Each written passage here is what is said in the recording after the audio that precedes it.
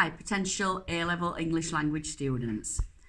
So you're thinking of taking English language at A-level, and you might think it's going to be the same as GCSE. It's not. It is so different.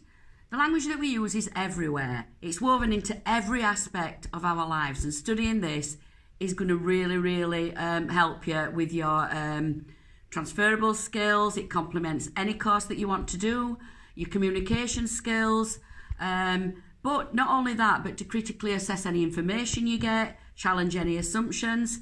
Think about a typical day in the life.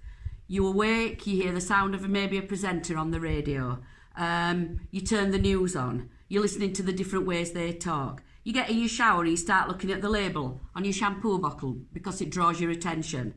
On your travels for the day, you might see a vibrant and witty billboard advertising something that catches your eye. You study a bus route to reach your destination.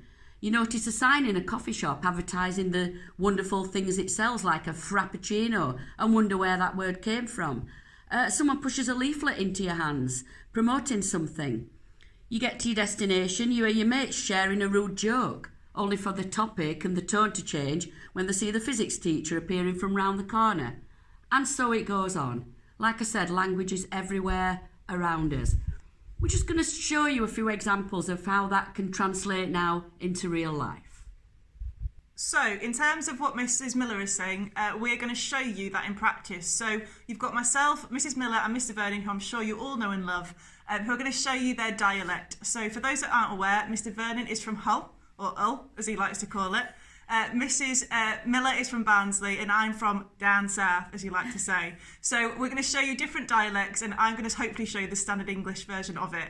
So you'll see how we all speak differently, but all the words mean the same, basically. Now then, caught me bairns twagging again. Now then, caught bairns wagging again. I caught the children truanting again. Heard one shouting, bags in my turn, so I took a skeg and saw them larking down 10 foot, crogging each other. Heard one shout, bags in my turn, so took a scan and saw they were laking right backs, backing each other. I heard one shout, it's my turn now, so I took a glance and saw that they were playing at the rear of their houses, giving each other rides on their bikes. There was mafting, till it started slinging it down, then they were bloody nivered. They were boiling till it started siling it down, then they were bloody frozen. They were hot until it started raining heavily, then they were cold. I chowed at them both and they started bawling their eyes out.